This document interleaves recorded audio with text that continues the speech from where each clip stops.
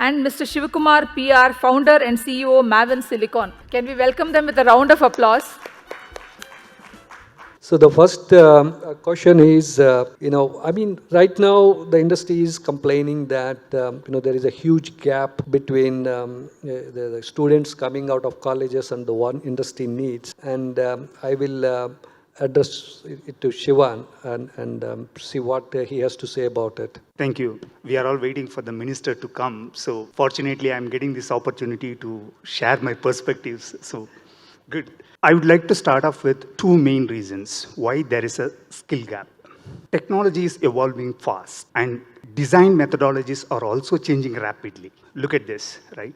We are looking at the transformation like monolithic fabrication to chiplets. Or Apple is trying to use RISC processor even for realizing laptops and complex devices like desktops. Or if I look back, what happened to my career, right? In my career, I have gone through various kinds of challenges, and there have been a lot of changes with respect to methodologies and techniques. To be very specific, in design verification space, right? I started my career with HDL. So those days, it used to be like, when it comes to verification, you have to write some kind of test bench in Verilog. I started my career with Verilog. And then later on, we introduced methodologies like code coverage. So we used to consider code coverage like advanced verification methodology. I'm talking about the time frame 2000, when I started my career in my first company, Corel. And then we had access to a lot of proprietary languages, HVLs. And then all the HVLs became IEEE standard language system Verilog. That made our life very easy because to do all the things, right, we had to deal with different kinds of languages. Sometimes C programming, sometimes languages like Vera from Synopsys. And there was a language very popular,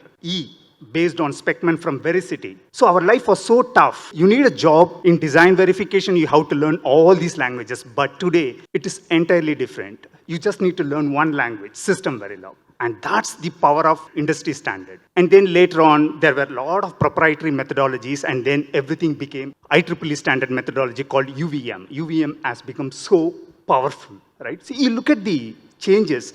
HDL to code coverage to proprietary languages to IEEE standard language to IEEE standard methodology. That's how the technology is changing. So the learning process should be a continuous process. And it's going to be a challenge for everyone, not only for the new college graduates, it's a big challenge even for the laterals also. The other reason, what I see, though the technology is changing super fast, the teaching methodology and learning style, they are not changing. Look at this. The question is, are we addressing why?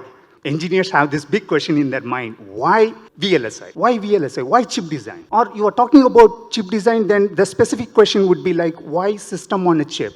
That is where we need to think like how best we can give them big picture. So you are going to define any curriculum, it has to start off with big picture, like how basically they can use system on a chip to realize devices like smartphone, or why we need to go with CISC, complex instruction set computer for laptop. What is the difference between CISC and RISC? Why we prefer RISC? Or what Apple is doing? So this kind of big picture is highly required for the engineers to understand. This will inspire them to deal with VLSI, right?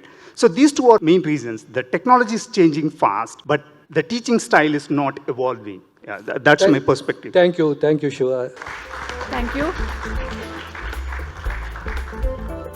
Thank you very much.